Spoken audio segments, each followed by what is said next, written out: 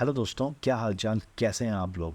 Hope सब मज़े में होंगे यार। मैं पीछे फिर हाजिर हूँ एक और सीरीज़ के रिव्यू के साथ। और आज हम रिव्यू करेंगे 2023 में रिलीज़ हुई एमसीयू की सीरीज़ सीक्रेट इन्विजन को। सीक्रेट इन्विजन एमसीयू की पहली एस्पिनाज ड्रामा सीरीज़ है जिसमें आपको मेन लीड में सैमुअल एल जैक्सन नज़र आएंगे। निक फ्यूरी एमसीयू में एक बहुत ही स्ट्रॉन्ग कैरेक्टर है, पर ज़्यादातर वो आपको शेडोज से ही कमांड करते हुए नज़र आता है। मूवीज़ में भी उनकी प्रेजेंस नाम मात्र की ही होती है, पर ये पहली सीरीज़ है जिसमें हम निक के एक अलग अवतार से रूबरू होते हैं। ब्रैड स्ट्रीट द्वारा रचित और अली सलीम द्वारा निर्देशित ये सीरीज़ ह्यूमंस और स्क्रल्स के बीच एग्जिस्टेंशियल क्राइसिस को दर्शाती है। तो क्या इस बार निक इस क्राइसिस को रोकने में कामयाब होगा, और क्या है स्क्रल्स का मोटिव, कैसी है ये सीरीज़, और क्या इट्स वर्थ द हाइप, ये जानेंगे हम इस रिव्यू में। तो चलिए शुरू करते हैं। सीक्रेट इन्वेजन की स्टोरी सेट है एंड गेम के बाद। We all know what happened. एक चुटकी में थनॉस पूरे यूनिवर्स की आधी आबादी को गायब कर देता है। इसी ब्लिप में निक फ्यूरी भी गायब हो जाता है, और 5 साल बाद जब वो लौट के वापस आता है तो he is not the same Nick which he was before the blip. और इसके साथ ही वो बजाय इसके कि अपने ऑपरेशंस अर्थ पर कंटिन्यू करता, he cut himself from earth and establish his base on moon.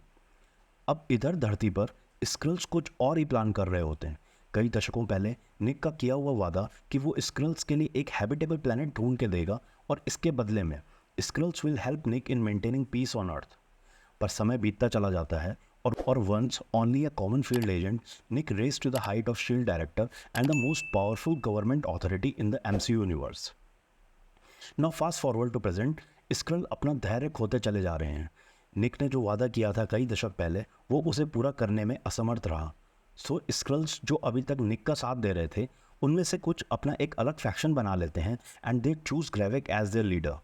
Now Gravik want earth as a whole for Skrulls. वो पूरी मानव जाति को जड़ से उखाड़ फेंकना चाहता है। तो क्या ग्रेविक इसमें कामयाब हो पाएगा, और क्या निक फ्यूरी अर्थ को एक बार फिर एक कैटास्ट्रॉफिक इन्वेजन से बचा पाएगा? इन सवालों का जवाब तो आपको ये सीरीज़ ही दे पाएगी। तो जाइए फिर आप सीरीज़ देख के आइए, और मैं रिव्यू को कंटिन्यू करता हूँ।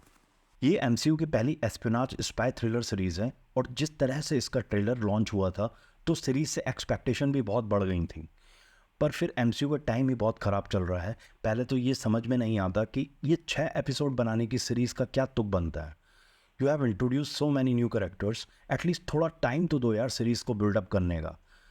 सीक्रेट इन्वेजन की स्टोरी लाइन में बहुत पोटेंशियल था, पर एमसीयू वाले इसे ठीक से भुना नहीं पाए। शुरुआत में 1-2 एपिसोड तक तो सीरीज़ बहुत ही मिस्टीरियस और थ्रिलिंग लगती है, पर एंड तक आते आते ये कहीं ना कहीं औंधे मुंह गिर जाती है। निक इज सफरिंग फ्रॉम पीटीएसडी। वो पुराना निक फ्यूरी नहीं रहा है। He is losing his touch, और कहीं ना कहीं is fighting his own demons from the past. Samuel L Jackson का काम हर बार की तरह काबिल तारीफ है, पर इस कैरेक्टर को टोन डाउन कर देना कहीं ना कहीं एमसीयू की बहुत बड़ी गलती मानी जाएगी।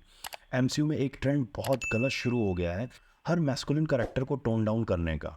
और ये हम थोर और हल्क के साथ पहले भी होता हुआ देख चुके हैं। वही इन्होंने निक के कैरेक्टर के साथ भी किया है। He is portrayed as a loser जो बात बात पर अपना माथा पकड़ लेता है। पूरी सीरीज में he is just whining like a little bitch. चलो बाकी सब ठीक था, फिर एटलीस्ट तुम विलन ही ठीक थोड़ा सा कास्ट कर लेते। ग्रेविक के रोल में किंग्सले बेन कुछ खास प्रभाव नहीं छोड़ पाए हैं। दूसरी तरफ एमिलिया क्लार्क के करेक्टर में बहुत पोटेंशियल होने के बावजूद उसे एक सिर्फ मामूली सा साइड करेक्टर बना के छोड़ दिया गया है। सीरीज जिस थ्रिल और मिस्ट्री के साथ शुरू होती है, वो थ्रिल और मिस्ट्री एंड तक आते आते सब बोगस सा फील होने लगती है। लास्ट का क्लाइमेट फाइट सीन भी ग्रैंड बनाने की बहुत कोशिश की गई है, पर वो भी किसी तरह का कोई इम्पैक्ट बनाने में कामयाब नहीं हुआ है। पूरी सीरीज़ में वीएफएक्स बहुत ही लो क्वालिटी का यूज़ किया गया है। मार्वल को इस तरफ सीरियसली सोचना पड़ेगा। पिछले कुछ टाइम से वीएफएक्स डिपार्टमेंट में मार्वल ने बहुत ही निराश किया है। मार्वल ने बहुत बड़ा चांस मिस कर दिया। This series could have been one of the best Marvel series. जिस तरह के एक्टर्स और जिस तरह का कॉमिक मटेरियल इनके पास था, उस तरह से ये सीरीज़ को बना नहीं पाए। This series lack conviction. सिर्फ 6 एपिसोड की सीरीज़ वॉज नॉट इनफ। जब तक सीरीज़ अपनी कहानी बिल्ड करती है तब तक तो ये एंड हो जाती है। ऐसा प्रतीत होता है कि जैसे सीरीज़ को आऊँ या ताऊँ में बना के ख़त्म कर दिया हो। In conclusion, this series is full of marvelous stars, but the half-hearted attempt to make a espionage thriller make this series a tough watch. My rating for this series is 2.5 out of 5. तो चलिए फिर इस review को यहीं समाप्त करते हैं, और मिलते हैं आपसे नेक्स्ट वीडियो में। तब तक के लिए खुश रहो, मस्त रहो, और हाँ यार, चैनल को सब्सक्राइब करना मत भूलना। Do like, share and subscribe, और कमेंट करके बताओ और किस मूवी या सीरीज़ का रिव्यू आप लोग देखना चाहते हो। चलो फिर टाटा बाय बाय एंड जय श्री राम।